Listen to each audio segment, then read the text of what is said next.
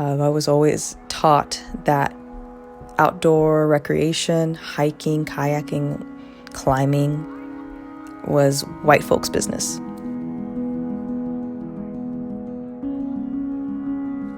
Well, I started my mountain guiding career and I saw that mountain guiding was very country club-like. I was the only woman and the only person of color on a team of 8.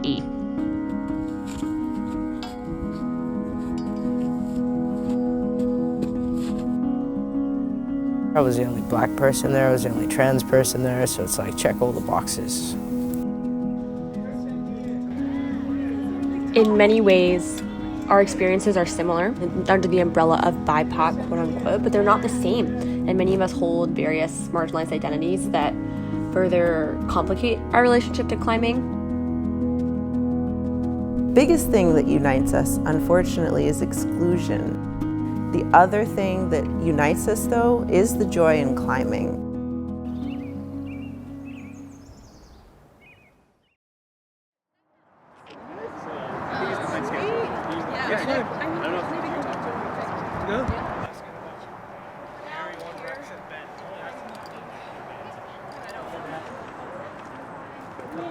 Que vive con unos colombianos por un verano. ¿Sí?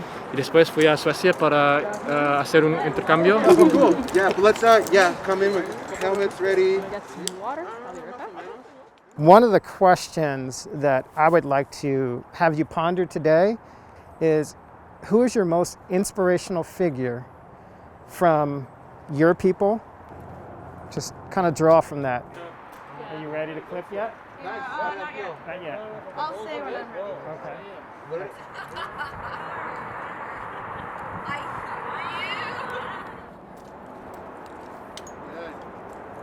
Nice. There you go, yeah.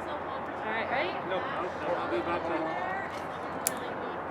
Eat them once, and then eat more. Oh, you can feed them again, then you have too much. I always found a way to be outside. I like the physical challenge. I truly believe that fear and stress in this sport helps with your coping mechanisms, with anxiety, and I find a lot of clarity with climbing. So when I first started climbing, I didn't necessarily feel welcome, found it hard to find the friends and groups that fit me as a person. I live in California, so I drove up for this event and I fell in love. All my guards are down. It made me want to climb more, be a better climber. All right, I have to do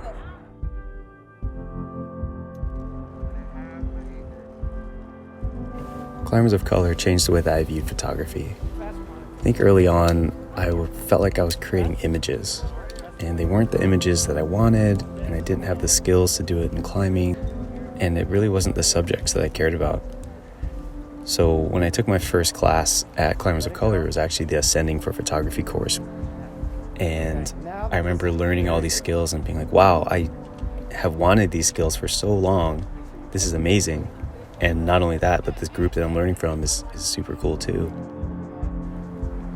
From that day, I really feel like I went from being a photographer to a storyteller. For myself and other immigrant families, outdoor recreation wasn't a thing.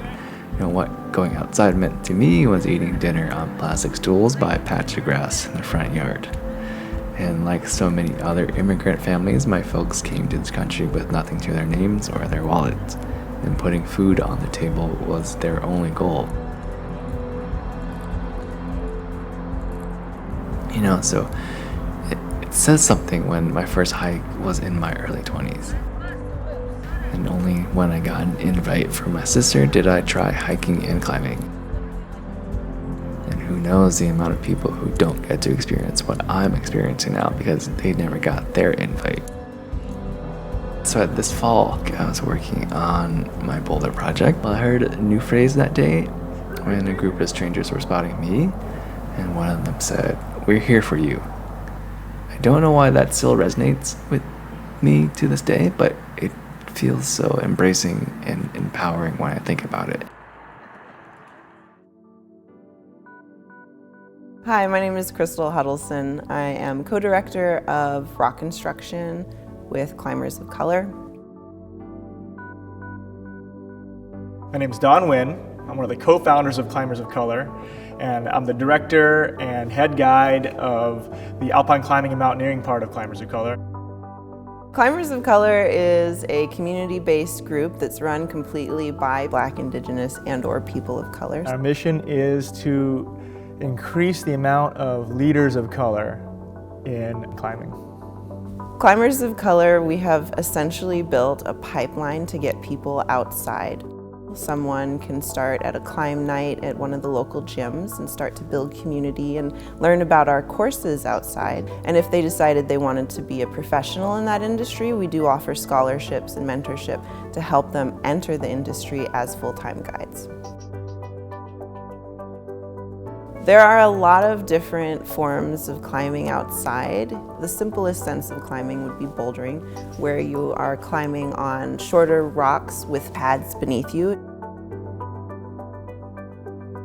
Now, sport leading is you're climbing up and you're pulling the rope as you're going up, clipping into designated fixed points on the rock that are already pre-existing.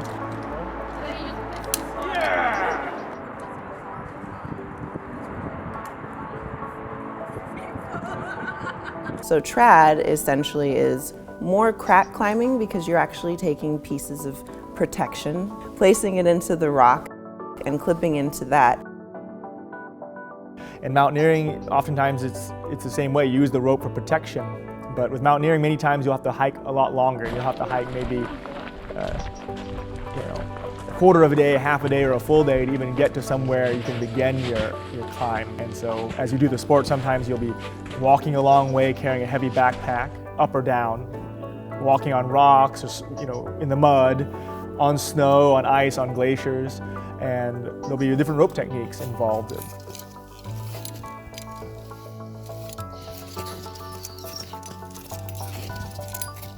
Well, I started my mountain guiding career in Washington. I saw that mountain guiding was very country club-like. It was not a diverse place. There weren't a lot of women guides. There weren't any minorities in positions of management or power. It was just kind of like, you're the ground floor. And upon seeing that, I was like, well, what conditions led to this culture in this industry being so homogenous? And it got me thinking about these questions, and when I answered them, it's like, okay, I presented it to some of the management, and they're like, well, we're not interested in that. That's not who our clientele is. We don't really care. And I go, well, cool. I mean, that's a perfect opportunity to begin something like Climbers of Color. The entities and systems that exist in America were not built for people of color. And if they are, a lot of times those systems are built to keep them out. It can be something as simple as the relationship to the land. If you look at Black people within America, the relationship to the land, due to the way that we were brought here and what we had to do on the land, is very painful. So I'm going to use a particular example. I recently went and bought a guidebook for trad for Leavenworth, and just kind of thumbing through it. Well, there was one called Motown, which excited me, and it had like Tears of a Clown, kind of cool names. But at the very bottom, it had Tar Baby. And just knowing that I had struggled over whether or not to buy this $45 book, and then I bought it just to be slapped in the face, was really emotional for me. And so if you're newer and you're looking at that, you're like, well, why would I want to go to this crag? Why would I want to climb that climb?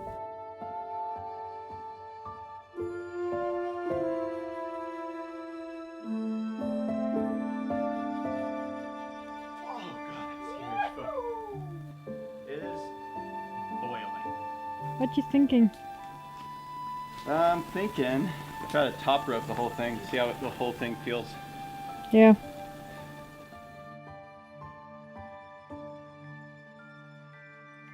And so with Climbers of Color, we need a healing space. We need a space where we are very intentional about wanting to explore our own identities and having like-minded people who are also comfortable with that. A lot of climbing is about domination, it is about hierarchy, it is about conquering, and I would say that's dominant climbing culture. And I feel like the last few years of my climbing journey have really been about trying to get away from that, because I realized not only was this harmful to me as an individual, it also contributes to the ongoing erasure of Indigenous peoples on stolen land across the United States.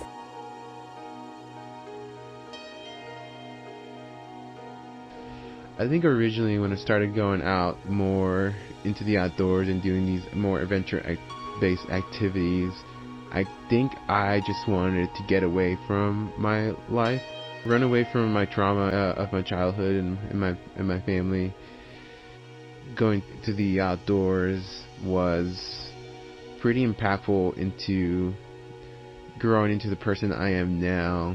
Spending all that time outside really helped me process things and reflect on my life. And at the end of the day, coming out really restored mentally and emotionally, then it turned into something that I really like to do. Really liked learning about technical skills. I absolutely love guiding, and I love it to the fact where I really want to improve it to the detriment of my health sometimes. I wouldn't be totally candid if I wasn't giving also the negative sides of it, where seeing the huge extractiveness of it and just seeing folks doing laps up and down the mountain all the time, it does kind of weigh on me every now and then. Coming originally from a place of peak bagging and really want to be at the top, I'm still trying to really unpack what it means for me to be a guide to other people. I'm just kind of scratching away at the surface of my own personal relationship as being a guide. When I was first trying to get into alpinism at 21, reading all these books and whatever I could get my hands on, they never described the work of BIPOC or marginalized groups. That is, unless it was a Sherpa who weren't climbing the mountain for the prospect of recognition, but as labor. My trip with Climbers of Color had a much different approach and perspective. The difference, I feel, was that we respected each other, where we differed in skill level and the land that we were on. We were there for the lessons it could give us, not to conquer. When we go into these spaces with people who don't look like us, there are a lot of guards up around us, right? These are our normal modes of working within the world. It's really anxiety inducing because pretty much everything that I do, I am now a pillar for my race and gender. But when we have affinity spaces, we can come into that, and the sense is different. When I teach these courses, the sense is of excitement and of joy and of camaraderie and community. And that's why these spaces are so important, because if we don't get out of our own comfort zones, if we don't learn the necessary skills to be in the outdoors and to adventure, then we'll never get there, and we'll never know what we're truly capable of. Pulling on the end. The bag will not inflate, however, oxygen will be flowing. Put your mask on before helping others and keep it on until you're advised by a crew member it's no longer necessary. There's a life vest under your seat. If the life vest will be provided. I'm a very Afrocentric person just based off of my identity. By pulling the red tab and tearing up So any Black people hold a very special place in my heart, and anything that I can do to assist them in their climbing journey, I will definitely do it. So I was online and I saw Shay's Instagram account, and they had posted that they were looking for a multi-pitch mentor. So I flew out to Salt Lake City, and Shay was agreeable to it. Well, this is 50 pounds of climbing gear. Nice.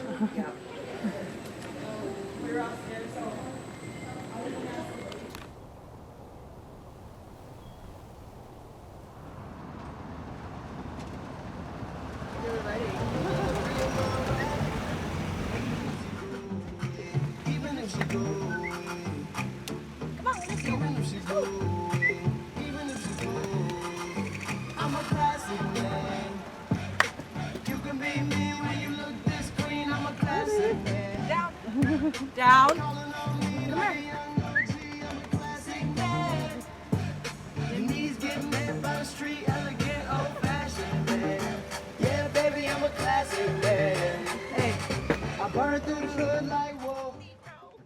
Yeah, the first time I climbed was outside, and there was some other LGBTQIA folks there, so I felt supported in community. I felt a great amount of distrust, though, like I didn't know these folks. So there's a lot of people here, but they're all like white or white passing. And I just wasn't like feeling that.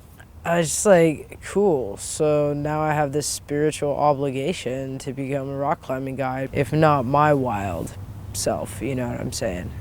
Not the crazy spirit that is, you know, Shay Freedom, the traveling trensman. Who else?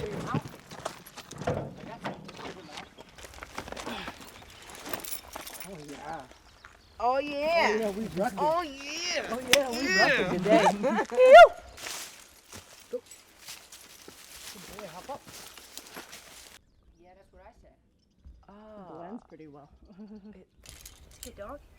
When it comes to mentorship, it can also be much more than actually climbing with someone. Shay and I have a lot of similarities, not just being Black American. We were also foster youth, and I feel like that also has a huge piece in our stories.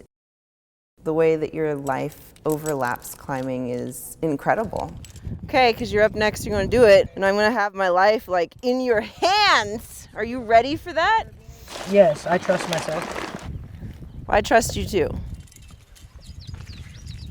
It's important for me to have a BIPOC, Black Indigenous person of color mentor or someone who's trans, because I don't want to have to teach you how to make me feel safe. Not saying that everyone who's trans and BIPOC gets it right. Lord knows that's not true. But when it comes down to it, there's an unspoken conversation that's had when I look at you and you look at me and we nod our heads and we acknowledge that. You know, we acknowledge so much with that look, that little smile, and that head nod. Hey, I see you. I'm glad you're alive. Keep going. Wanka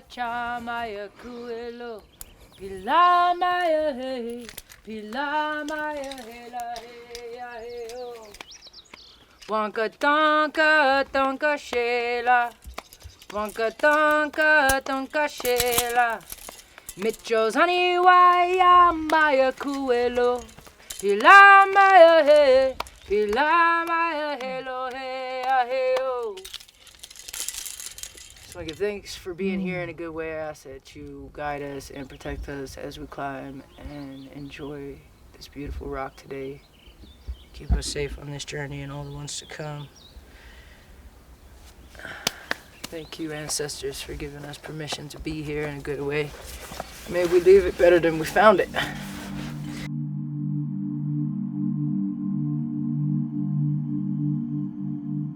I challenge, you know, other trans folk of color, trans men of color to come out and try rock climbing. It's got me through some stuff, you know, and it's, yeah, I feel like it's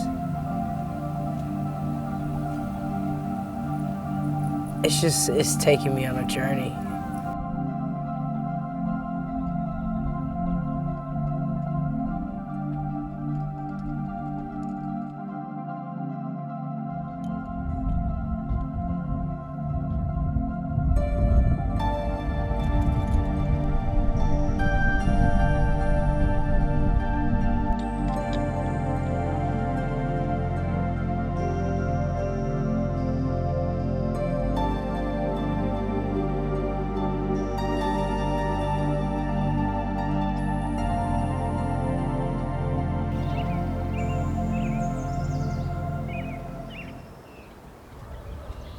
Essentially, what I'm suggesting for our goal is to camp anywhere above, we're at the 22, So this is 25. Nope. Go down to 22.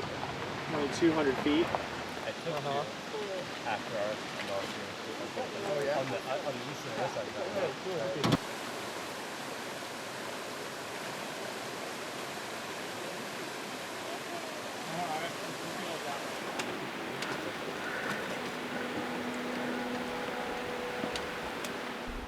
I grew up in Idaho, and while there's lots of mountains out there, it never dawned on me that one could go out there and climb them.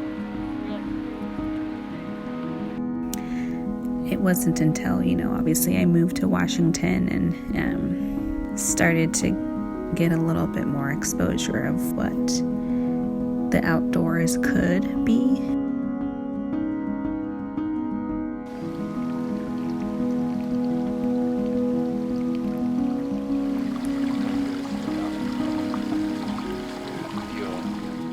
There's a distinct memory I have as well that I think I reflect on often. I was out climbing and I saw some people climbing up a face of the peak that I was at, and I remember looking down on them thinking, wow, that's amazing, but that's never something I'm going to be able to do.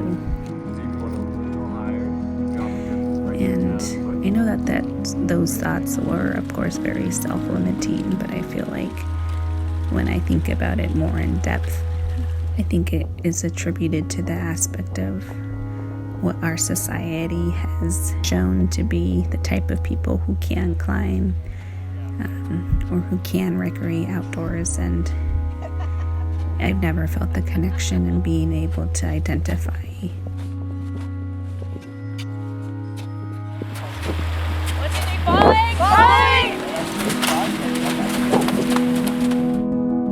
I've been very grateful that I have found people of color, in particular women of color, to recreate with.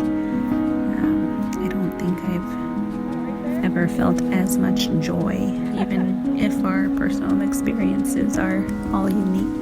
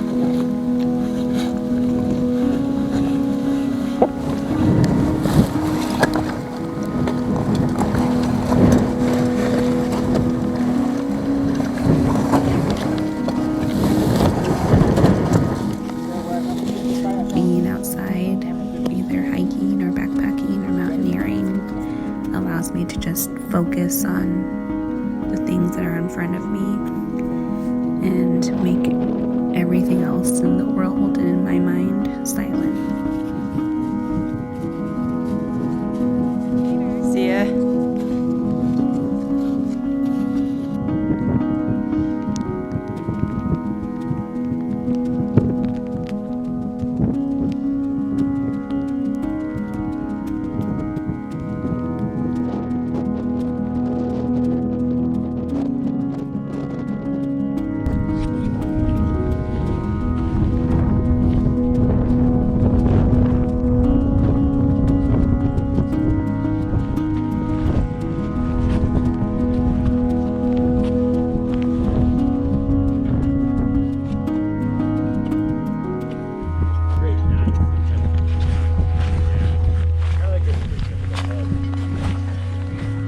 I'm incredibly grateful. I want to share my own experiences that we never thought were possible for us.